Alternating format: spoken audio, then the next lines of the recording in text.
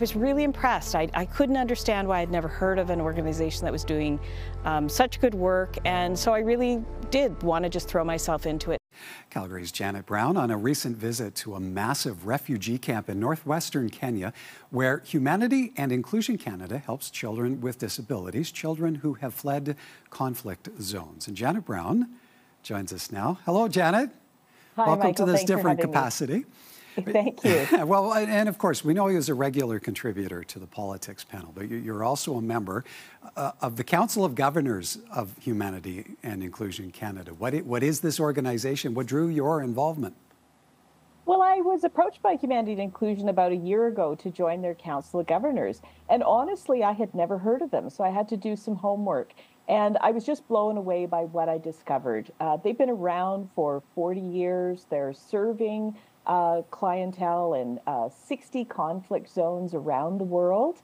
They were part of a consortium that won the Nobel Prize for the work that they do in landmines in, I think it was 1997. So, you know, this organization has got deep roots in the international development community. But the reason I hadn't heard of them, and so many of my friends hadn't heard of them, is they're based in France. They're well known in the Francophone world, but not in the English-speaking world. So when they approached me about trying to help them raise awareness in Canada, I was just so impressed I had to jump in and help. Well, as we saw there by the video, you visited a refugee camp. What did that open your eyes to? And it was massive. The overhead view, that was something else. And that view is just a corner of the camp. So when I decided I was going to join this Council of Governors, I thought, well, to be effective, I really have to see the work firsthand. So they arranged for a field trip to Kakuma, which is in northwest Kenya. Officially, they say there's about 240,000 people in the camp, but that's probably a year-old stat, and the number is closer to 300,000 now. It is a city the size of a small town, if you can believe it. So people are living in very basic conditions. They have a very basic food ration they get every month. They can send their kids to school. There's some basic health care. But the main thing is the people there are safe. They have fled some sort of conflict. There's many different types of people in the camp from different conflict zones around Africa. But the main thing there, it's very basic, but they are safe and their children are safe. And children are one of the big motivations that people come to the camp. The single biggest takeaway I had when I got there was how many children there were.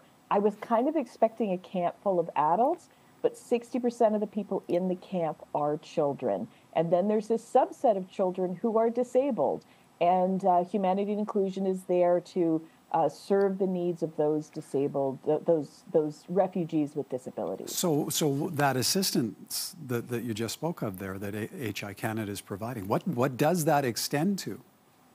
Well, it's everything. They've got a very broad definition of disability. So when people first arrive at the camp, they go through a reception center where, you know, their refugee status is confirmed or not, and they find out what needs people have coming to the camp. And HI is right there identifying people with disabilities so that they can get the services they need. So it could be somebody who's experienced an injury getting to the camp. They've experienced an injury in war, and they need some sort of help with that.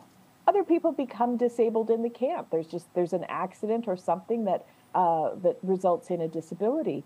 And then there's lots of children who are coming to the camp, and there are children who are being born in the camp, and some of them are born with disabilities, and HI is there to make sure that those people with disabilities don't fall through the cracks. Because you can imagine, this camp is very complicated, life is very tough, and it would be so easy for the refugees with disabilities to fall through the cracks. And HI is there to try and make sure they don't fall through the cracks. And what funds these HI Canada initiatives?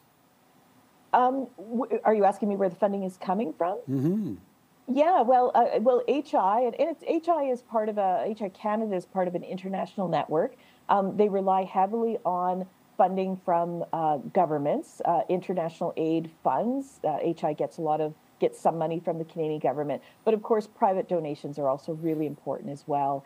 And one of the ways you secure government funding is to show that civil society is interested in your organization. So the money we get from private donors are absolutely critical to getting matching funds for government and having the kind of funds you need to run as many programs as HI runs. Okay, so you mentioned governments, and we've spoken on the politics panel about the new Trump administration flooding the zone on a multitude of fronts, but that also includes massive cuts to USAID, the U.S. Agency for International Development. What degree of impact do you see that potentially having at the ground level?